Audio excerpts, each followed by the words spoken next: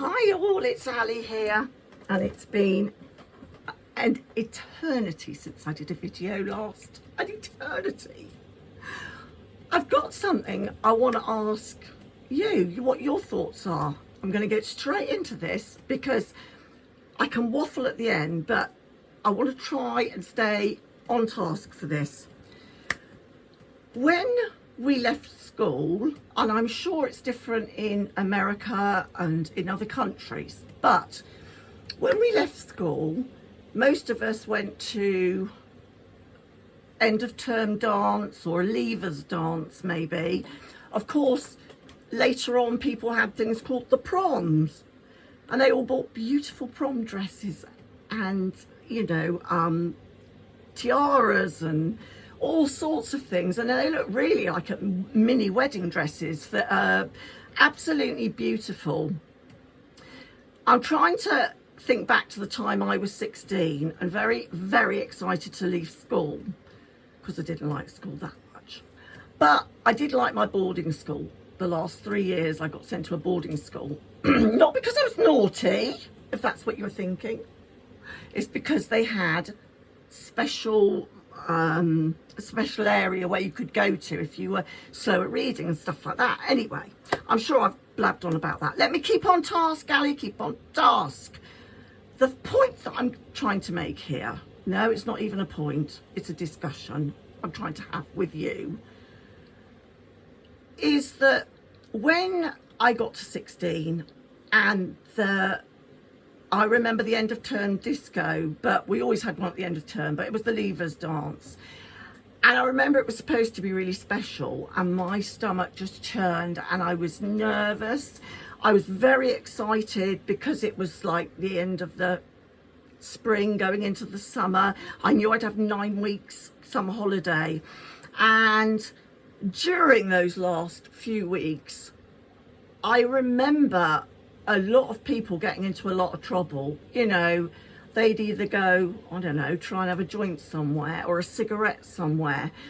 Even if they weren't smokers, it was almost like, well, we're leaving, so we don't care. In fact, all the dormitory, bar me, because I stayed asleep, or pretended to be asleep because I didn't want anything to do with it, they went out for a midnight walk. So I, thank God, didn't get into trouble. But what are they going to do? Well, they didn't really know what to do with the ones that went out, at midnight. Anyway, stay on topic, Ali. I'm leading up to the prom. So you still did think, or the prom or the end of term dance or whatever. Although we didn't dress up for it, I was very nervous. I was also excited about leaving school. I was excited about the fact that I would be going to college and I'd be doing a vocational course which was all about caring. And I knew that was the sort of job I wanted to go into. Little did I know that I'd need to be a carer in married life, but there you are. I've gone off topic again. Let's come back to the prom. Okay, so imagine, so you've got 16-year-olds leaving school. They're excited. A lot of change is about to happen. At 16, what are you? Well, you're everywhere, aren't you? Your head doesn't seem to like you very much. You're uncomfortable in your own skin, all sorts of things at 16. So by the time the end of term comes, really, the teachers are exhausted. God love them. They are beyond exhausted with the shenanigans that goes on.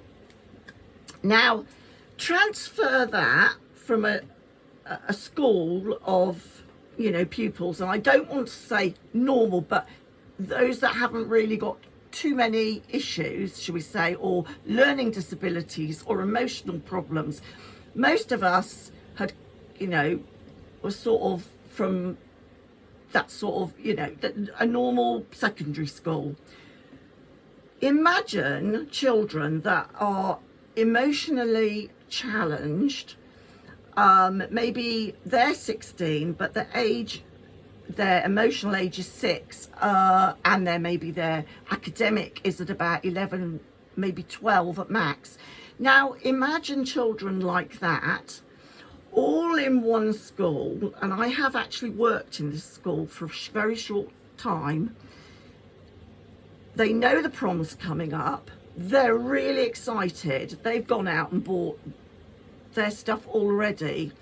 And they're told sort of a few weeks before the prom, if you get into trouble, you won't be able to go to the prom. A lot of the children are there because they got into trouble a lot in mainstream school and they just couldn't cope in mainstream school, or the teachers couldn't cope with them in mainstream school. They're, if you want to say naughty, I don't know, but they're challenging. They're extra challenging all year round. Why would, as somebody who's been in education, who knows how hard it is, thinking back to what I was like at 16, with all that excitement, they're coming to the end of term and they say to them, if you're naughty, you can't go to the prom. Doesn't quite, I can't see that out of, say there's 90 kids there that are about to leave school, or 30 kids, I reckon there'd only be about 50% of them. And those would probably be the ones that have speech issues, or maybe hearing issues, or the ones that just stay quiet in the background. But the ones with the challenging behaviour the other way, well, none of them are going to get to go to the ball, are they? None of them.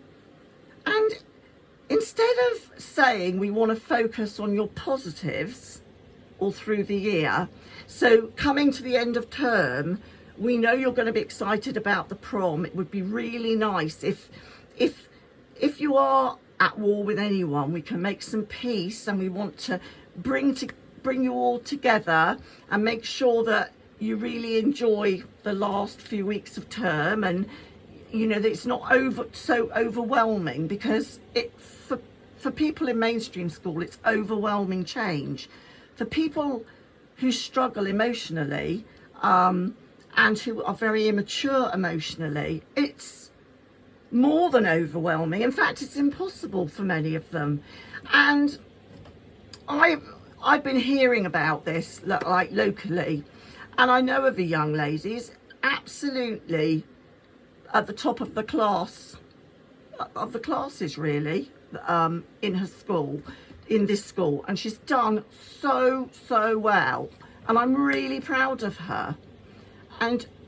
But she's not allowed to go to the prom because she had an outburst. Now, she has many outbursts. Why stop her going to the prom? It's not like... Oh, and the other thing they told the kids is if at the prom there is trouble, they will get the police. Now, I understand as a teacher maybe why you would, or as a headmaster or mistress, that you might think this is a great idea. But what happens is, in my head, is I'd be so scared then that what if I can't control myself very well, or I do just poke Johnny in the back during the prom and he goes nuts. Am I going to end up in a police car? And then that would play on my mind. Can I behave enough? Can I behave enough? For me, it would be like saying to me now, can you walk 2 miles up a hill like that? And at the top, I don't want you to be out of breath. It's not going to happen, is it? If the expectations are too high, I just don't think it's fair.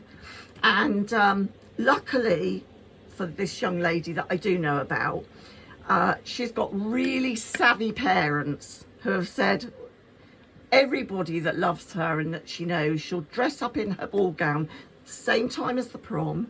We will all be going round and we're going to celebrate what she's done really well at and focus on that, because she'll probably have about 6 more outbursts between now and, or she may not, who knows.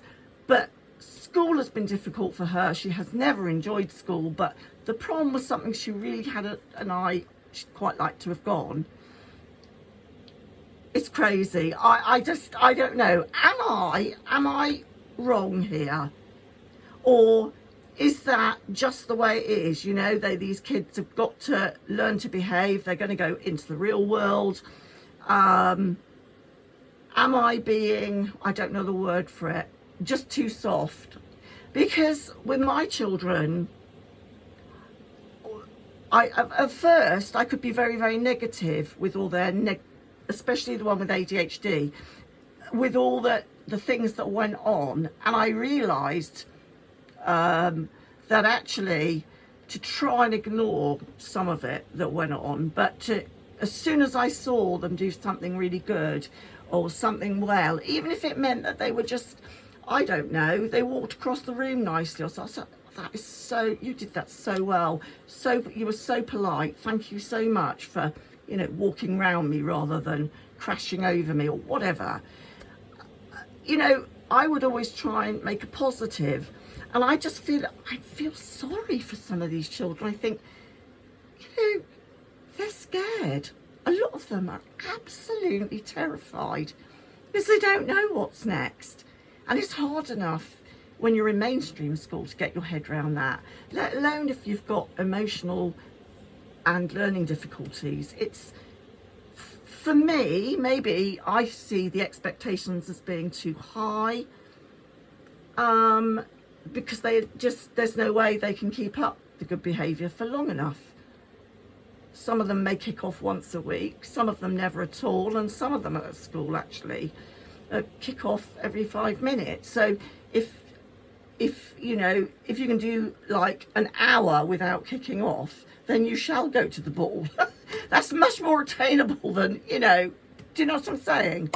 Anyway, I've carried on too long. I wanted to talk about this because it's just been playing on my mind, and I thought I will share it with you. I will say one thing, the teachers are marvellous. The ones I know in this area, I must just say this before I end the video, I'm going to have all the teachers going, ah! It's not that. I know how much hard work teachers put in, and I know a lot of people say, well, they get 6 weeks holiday a year. Well, they really don't, because they have to prepare lessons and they have to do markings. And even in the holidays, they have to get to know the curriculum for what's needed for the following year and all that, unless you're a really lazy teacher, I suppose. But most of them work so damned hard. All of my family were teachers, or that I've, you know, and actually I know many teachers, and I've had extra help with teachers, and I know how hard they work. So this is not about teachers. This is just about a feeling of slight injustice to people that maybe the expectations were just a bit too high. Anyway, I'm going to say bye-bye. Please sub, please share. Thank you.